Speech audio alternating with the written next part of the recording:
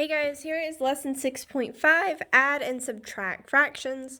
Our essential question for today is how can you use common denominators to add and subtract fractions with unlike denominators? It's very similar to the first lesson that we did for this chapter, but this time we're specifically focusing on finding that common denominator. It says you can use what you have learned about common denominators to add and subtract fractions with unlike denominators.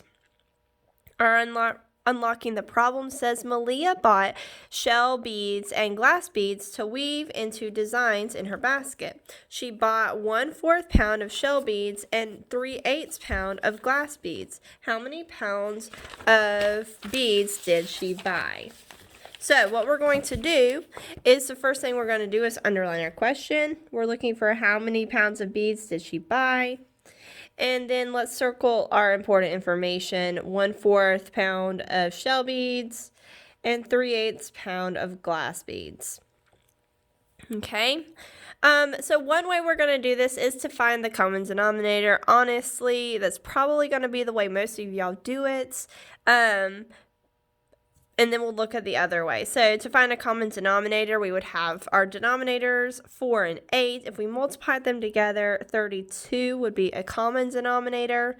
So then once we have that, we'll use that information to find equivalent fractions with the same denominator. So with this one, we have 1/4 equals.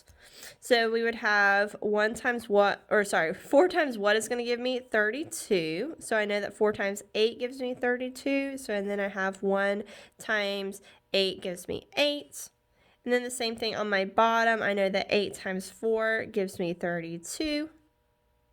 So then 3 times 4, because we have to, whatever you do on the bottom, you have to do on the top. 3 times 4 equals 12. So then, once I have that, I can just go ahead and add it up. I know that 8 plus 12 is 20, and 32 stays the same. And so if I reduce that, I want to make sure I can reduce it to its smallest form. What is something that 20 and 32 have in common? I know that they both are divisible by 4, so I'm going to divide both of those by 4. So that would be 5/8. So that would be the smallest that they could it could be put as. Now, with the least common denominator, the other way we do it, you're going to find the smallest multiple that both 4 and 8 have in common. So I have my 4 and 8. I'm going to list out my multiples. I know sometimes this is a little bit longer, guys, but sometimes in the end it's a little bit easier. So I'm going to list out 4, 8, 12, 16, and then this one is 8, 16, and I already know that 8, they have 8 in common, so I'm going to leave it at that. So our least common would be 8. So then I would just multiply my 4 times 2 to get 8. Same thing at the top, so that would be 2. Because there's already my denominator of 8, I don't have to do anything for that one, so I just bring it down or bring it across. I just bring it like that. Now I can add 2 8s plus 3 8s equals 5 8s. And then I'm done. And then I don't have to reduce anything in the end. So like I said, it's a matter of preference. Just make sure if you do it this way, you have to reduce. If you do it this way, you're more than likely, sometimes you still have to reduce, but more than likely you're not going to have to reduce. So Malia bought 5/8 pounds of beads. So both of them, you got the same answer, a little bit different ways of doing them. But like I said, most of the time it's your preference. Unless they specifically said, hey, you need to do it this way, then for sure you need to do it the way that they ask you to do it. For the next part, it says, when subtracting two fractions with unlike denominators, follow the same steps you follow when adding two fractions. However, instead of adding the fractions, you would subtract. So here's our problem, 9/10 minus 2/5. So we have to find something in common. They're wanting us to do in the simplest form. So what we're going to do is the first thing we're going to do is find a common denominator. So first we would find a common, write it down, guys, denominator,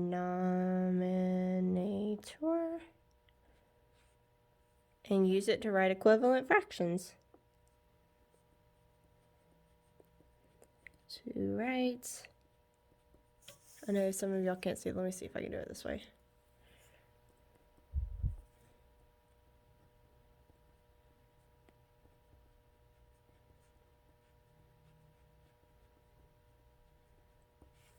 All right, pause it so you can copy, guys. All right, so now we're looking at this, our common denominator. Let's list out our factors. I have 5 and I have 10. 5, 10. I know this one is 10, 20. So already I have 10 and 10. So this one doesn't change. This is 9/10. And this one, I would multiply it by 2. Multiply by 2. So that would give me 4/10. Now, when I do it, I like doing it sideways. Now, some of them you're gonna have to subtract like this. Honestly, I think it's easier for me if I do it this way because I know my 10 stays the same and my 9 minus 4 is 5. But it's just easier for me to see it that way. So now, once we found our common or equivalent fractions, we subtracted to find our answer. Then, so I'm going to finish this out. Then we subtracted to find our answer. Okay. All right. So now let's look at the share and show ones at the bottom. So we have 5/12 plus 1/3. So I know that, let me list out my factors. I'm going to do it this way. You can do it the other way if you really feel like it, but do it this way with me, at least for right now.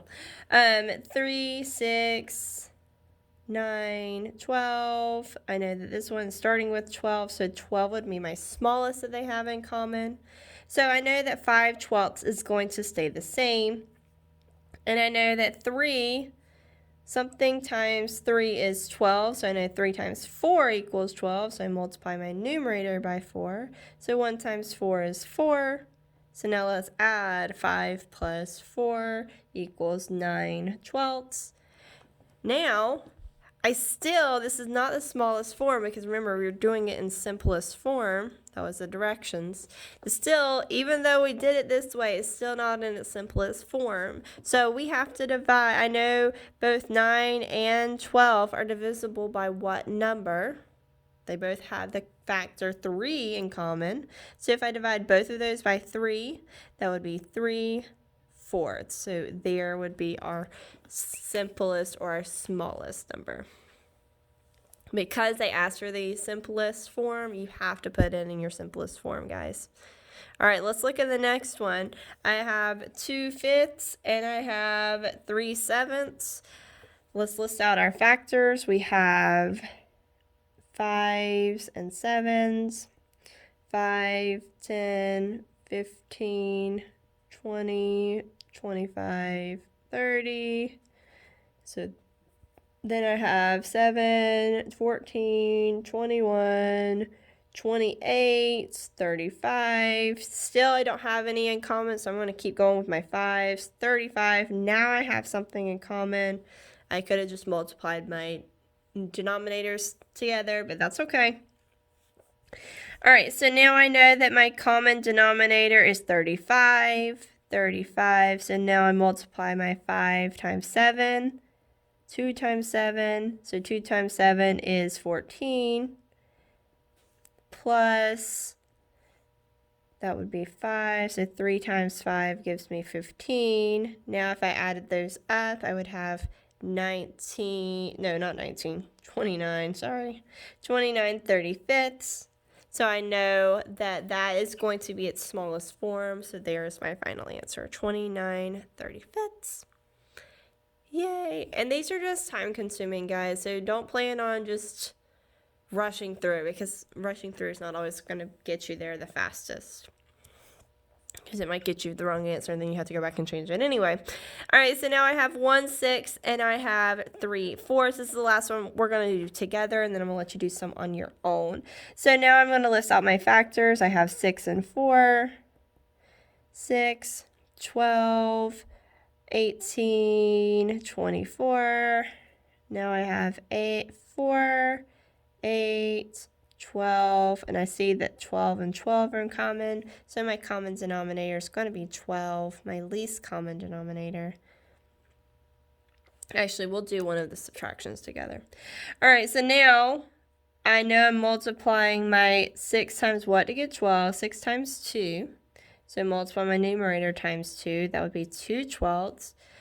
This I'm multiplying by 3, so 3 times 3 is 9. So now I have 9 plus 2, which would be 11, and my 12 stays the same.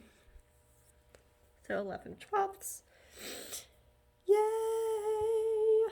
All right, so actually I'm gonna let you try to do this one on your own. This one is a subtraction one, so make sure you use the right operation. So go ahead and pause the video, and then you're gonna check your work. All right, here is the answer for number 4. It should have been 5/8. You should end up with 6/8 minus 1/8, which would give you 5/8. All right, let's look at number 5. Go ahead and pause the video and check your answer. All right, there is your answer for number 5. You should have had 7/28 minus 4/28, which would give you 3/28. All right, and last one, guys. Go ahead, pause it, and check your work. All right, here is what you should have ended up with. You should have had 18/20 minus 5/20, which would equal 13/20 as your final answer. And we can't reduce that any further, so that is the final answer. So now the ones I want you to do on your own, I want you to do 7, 9, 11, 13, 15.